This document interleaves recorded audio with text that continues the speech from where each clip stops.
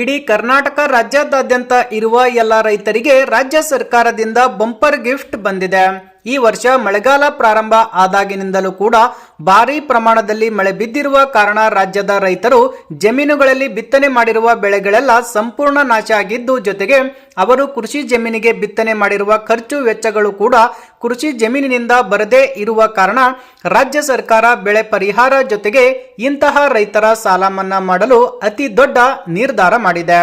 ಹೌದು, ಸರ್ಕಾರಗಳು ರೈತರಿಗಾಗಿ ಮತ್ತು ರೈತರನ್ನ ಉತ್ತೇಜನ ನೀಡುವ ಸಲುವಾಗಿ ಆಗಾಗ ಇಂತಹ ಕೆಲಸಗಳನ್ನ ಮಾಡುತ್ತಲೇ ಇವೆ. ಕೇಂದ್ರ ಸರ್ಕಾರ ಸೇರಿದಂತೆ ರಾಜ್ಯ ಸರ್ಕಾರಗಳು ರೈತರಿಗಾಗಿ ರೈತರನ್ನ ಉತ್ತೇಜನ ನೀಡುವ ಸಲುವಾಗಿ ಸಾಲ ಮನ್ನಾ ಮತ್ತು ಸಬ್ಸಿಡಿ ಯೋಜನೆಗಳನ್ನ ಘೋಷಣೆ ಮಾಡುತ್ತಾ ರೈತರಿಗೆ ಒಲವು ನೀಡುತ್ತಲೇ ಇವೆ. ಈ ವರ್ಷವೂ ಕೂಡ ಅತಿ ಹೆಚ್ಚಿನ ಪ್ರಮಾಣದಲ್ಲಿ ಮಳೆ ಬಿದ್ದಿರುವುದರಿಂದ ಬೆಳೆಗಳೆಲ್ಲ ನಾಶ ಆಗಿವೆ. ರೈತರಿಗೆ ಬೆಳೆ ಪರಿಹಾರ ಹಣ ಜೊತೆಗೆ ಸಾಲ ಮನ್ನಾ ಮಾಡಲು ರಾಜ್ಯ ಸರ್ಕಾರ ಮುಂದಾಗಿದೆ. ಹಾಗಾದ್ರೆ ಬನ್ನಿ, ಪ್ರತಿ ಎಕರೆಗೆ ಎಷ್ಟು ಬೆಳೆ ಪರಿಹಾರ ಹಣ ಸಿಗಲಿದೆ ಮತ್ತು ಎಂತಹ ರೈತರ ಸಾಲ ಮನ್ನಾ ಆಗುತ್ತೆ? ಮಳೆಯಿಂದ ಬೆಳೆ ಹಾನಿಯಾದ ಬಗ್ಗೆ ಸಿಎಂ ಸಂಬಂಧಪಟ್ಟ ಇಲಾಖೆಗಳೊಂದಿಗೆ ಮಾತನಾಡುತ್ತಿದ್ದು, ಕಲಬುರಗಿ ಜಿಲ್ಲೆಯಲ್ಲಿ ಬೆಳೆ ವಿಮೆ ಪರಿಹಾರದ ಬಗ್ಗೆಯೂ ಕೂಡ ಮಾಹಿತಿ ನೀಡಲಾಗಿದೆ. ಮುಂದಿನ 1 ವಾರದ ಒಳಗಾಗಿ ಪರಿಹಾರವನ್ನ ರೈತರಿಗೆ ಜಮಾ ಆಗಲಿದೆ ಎಂದು ಸಚಿವ ಪ್ರಿಯಾಂಕ್ ಖರ್ಗೆ ಹೇಳಿದರು. ಈ ಕುರಿತು ಸುದ್ದಿಗೋಷ್ಠಿಯಲ್ಲಿ ಮಾತನಾಡಿದ ಪ್ರಿಯಾಂಕ್ ಖರ್ಗೆ ಅವರು, 2ನೇ ಸುತ್ತಿನ ಮಳೆ ನಿಲ್ಲದ ಕಾರಣ ಸರ್ವೆ ಮಾಡುವುದು ಸ್ವಲ್ಪ ಕಷ್ಟವಾಗುತ್ತಿದೆ.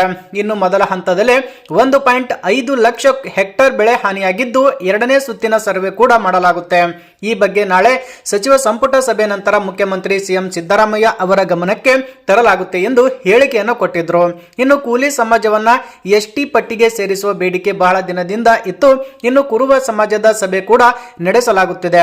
ಕುರುಬ ಹಾಗೂ ಕೂಲಿ ಕಬ್ಬಲಿಗ ಸಮಾಜವನ್ನ ಎಸ್ಟಿಗೆ ಸೇರಿಸುವ ವಿಚಾರದಲ್ಲಿ ವರದಿ ಸಲ್ಲಿಸಿದ ಸಮಿತಿಯ ಮುಂದೆ ಚರ್ಚೆ ನಡೆಸಲಾಗಿದೆ. ಸಾಂಸ್ಕೃತಿಕ ಹಾಗೂ ಐತಿಹಾಸಿಕ ದಾಖಲೆಗಳನ್ನು ಕೇಂದ್ರಕ್ಕೆ ಸಲ್ಲಿಸುವ ವಿಚಾರವಿದೆ.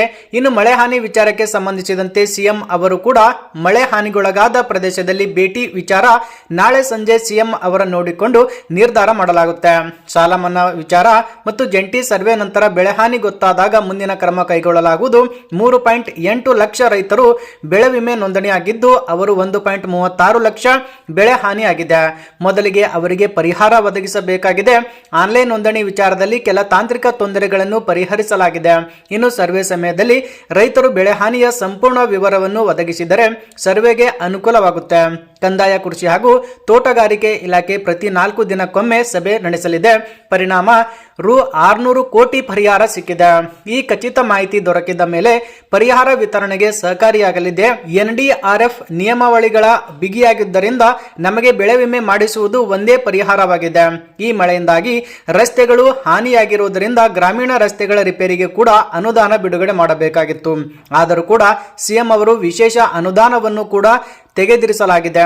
ಜಿಲ್ಲೆಯಲ್ಲಿ ಒಟ್ಟು 40 ಕೋಟಿ ಪಿಡಿ ಖಾತೆಯಲ್ಲಿ ಅದನ್ನ ಕೂಡ ಬಳಸಿಕೊಳ್ಳಬಹುದು.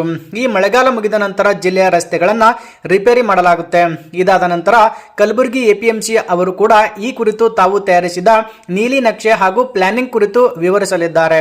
ಹೆಸರು ಹಾಗೂ ಉದ್ದು ಖರೀದಿ ಕೇಂದ್ರ ಸ್ಥಾನಕ್ಕೆ ಬೇಡಿಕೆ ಹಿನ್ನೆಲೆ 21/7/2025 ಬಿತ್ತನೆ ಕಾರ್ಯ ಮುಗಿದ ನಂತರ ಕೇಂದ್ರಕ್ಕೆ ಪತ್ರ ಬರೆಯಲಾಗಿದೆ. ಆದರೆ ಅವರಿಂದ ಯಾವುದೇ ಸ್ಪಂದನೆ ಸಿಕ್ಕಿಲ್ಲ. ಇನ್ನು ಮುಂದಿನ 1 ವಾರ ಮತ್ತೊಮ್ಮೆ ಈ ಬಗ್ಗೆ ಮನವರಿಕೆ ಮಾಡಲಾಗುವುದು. ನಾಳೆ ನಡೆಯಲಿರುವಂತಹ ಸಚಿವ ಸಂಪುಟದಲ್ಲಿ ಈ ಬಗ್ಗೆ ಚರ್ಚೆ ನಡೆಸಲಾಗುತ್ತೆ. ರಾಜ್ಯದಲ್ಲಿ ಮುಂಗಾರು ಮಳೆ ಅತಿವೃಷ್ಟಿ ಪ್ರಮಾಣ ಹೆಚ್ಚಾಗಿದ್ದರಿಂದ ಲಕ್ಷಾಂತರ ಹೆಕ್ಟೇರ್ ಪ್ರದೇಶದಲ್ಲಿ ರೈತರ ಬೆಳೆ ನಷ್ಟವಾಗಿದ್ದು, ನಾಳೆಯಿಂದ ನಿಖಿಲ್ ಕುಮಾರಸ್ವಾಮಿ ಅವರು ಕೂಡ ನೆರೆ ಸಂತ್ರಸ್ತರ ಸಮಸ್ಯೆಗಳನ್ನು ಆಲಿಸಲು ಪ್ರವಾಸ ಮಾಡಿದ್ದಾರೆ. ಮೊದಲಿಗೆ ಕಲಬುರಗಿ ಎಪಿಎಂಸಿ ಮಾರುಕಟ್ಟೆಯಲ್ಲಿ ರೈತರೊಂದಿಗೆ ಸಂವಾದ ನಡೆಸಲಿದ್ದು, ರೈತರ ಸಾಲ ಮನ್ನಾಕ್ಕೆ ನಿಖಿಲ್ ಕುಮಾರಸ್ವಾಮಿ ಅವರು ಕೂಡ ಒತ್ತಾಯ. ಇನ್ನು ರಾಜ್ಯದ ಹಲವು ಜಿಲ್ಲೆಗಳಲ್ಲಿ ಬೆಳೆ ನಷ್ಟದಿಂದ ರೈತರು ಕಣ್ಣೀರಿಡುತ್ತಿದ್ದು, ಇಂತಹ ಸಂಕಷ್ಟದ ಸಮಯದಲ್ಲಿ ನೆರವಿಗೆ ಧಾವಿಸದೆ ಉಸ್ತುವಾರಿ ಮಂತ್ರಿಗಳು ಇಡೀ ಸರ್ಕಾರ ಕಾಣೆಯಾಗಿದೆ.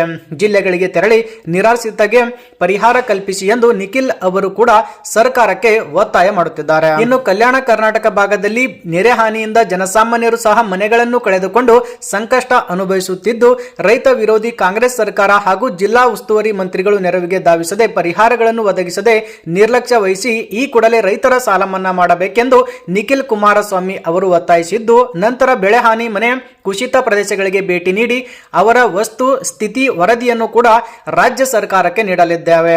ನೆರೆ ಸಂತ್ರಸ್ತರ ಸಮಸ್ಯೆಗಳನ್ನು ಆಲಿಸಲು ಜನತಾದಳ ಜಾತ್ಯತೀತ ಪಕ್ಷದ ವತಿಯಿಂದ ರಾಜ್ಯ ಪ್ರವಾಸ ಕೈಗೊಳ್ಳಲಾಗಿದೆ ಎಂದು ಹೇಳಿಕೆ ಕೊಟ್ಟಿದ್ರು.